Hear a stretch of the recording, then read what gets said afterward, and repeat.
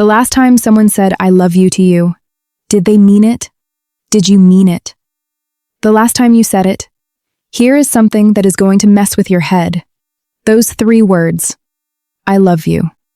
Only about 1,000 years old. But humans have been falling in love for 300,000 years. So what were we doing? For the other 299,000 years, the answer is either the most romantic thing you have ever heard or the most terrifying. Maybe both. Okay, let us actually go back.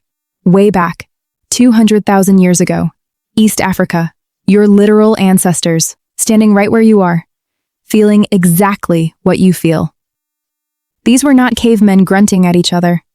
These people had the exact same brain you have right now. Same size, same complexity, same emotional capacity. They felt butterflies. They felt jealousy. They felt that specific pain when someone you love stops looking at you the same way. But here's the thing nobody talks about. Language did not fully develop until around 50,000 years ago. Some scientists say even later.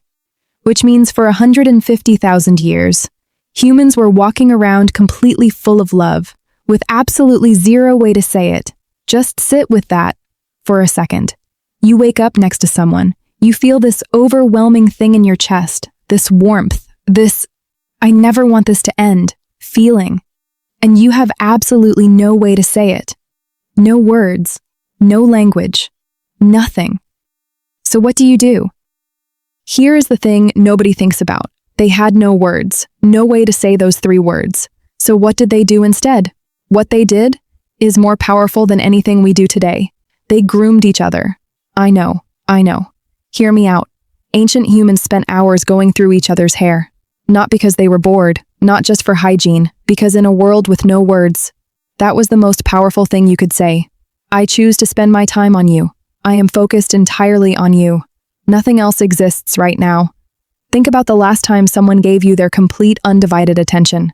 No phone, no distraction, just you. How rare is that? Ancient humans did that for hours. Every single day. We replaced that with a heart emoji. Wild, right?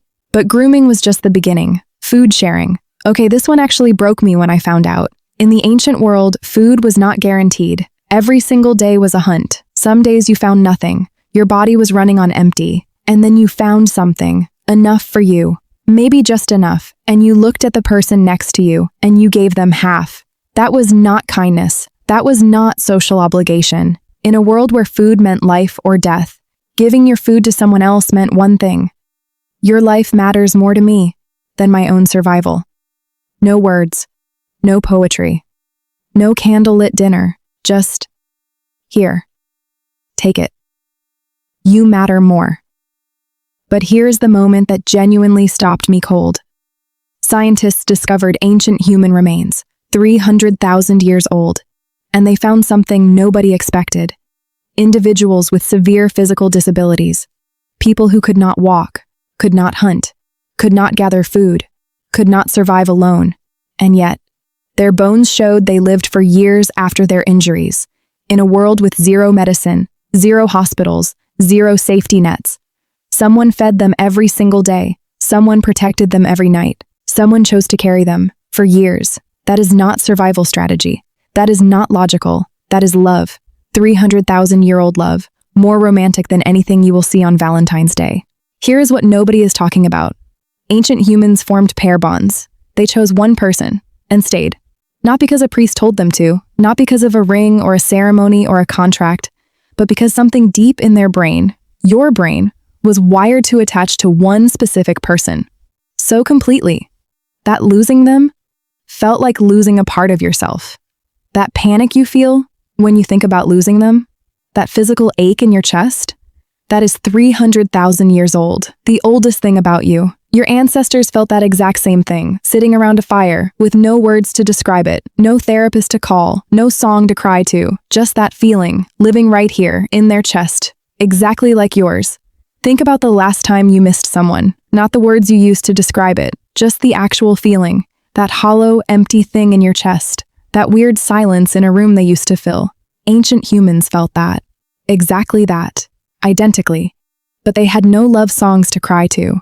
No late-night texts to send. They just sat with it. alone, in complete silence, with nothing but the fire and the stars, and somehow they survived it. Which means you will too. That is 300,000 years of proof. It lives inside your DNA. You were built to survive this. The oldest love letter ever found is 4,000 years old, written in ancient Babylon, but love itself, 300,000 years old. For 296,000 years before anyone wrote a single word about it, humans showed it through touch, through sacrifice, through staying, when everything said leave.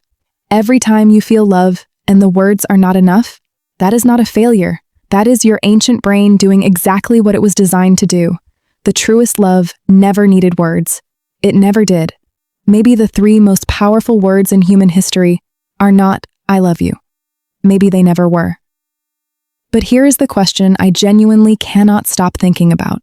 If ancient humans loved this deeply, this completely, with 0 words and 0 technology, what else were they feeling that we completely lost the ability to experience? Because here is the thing.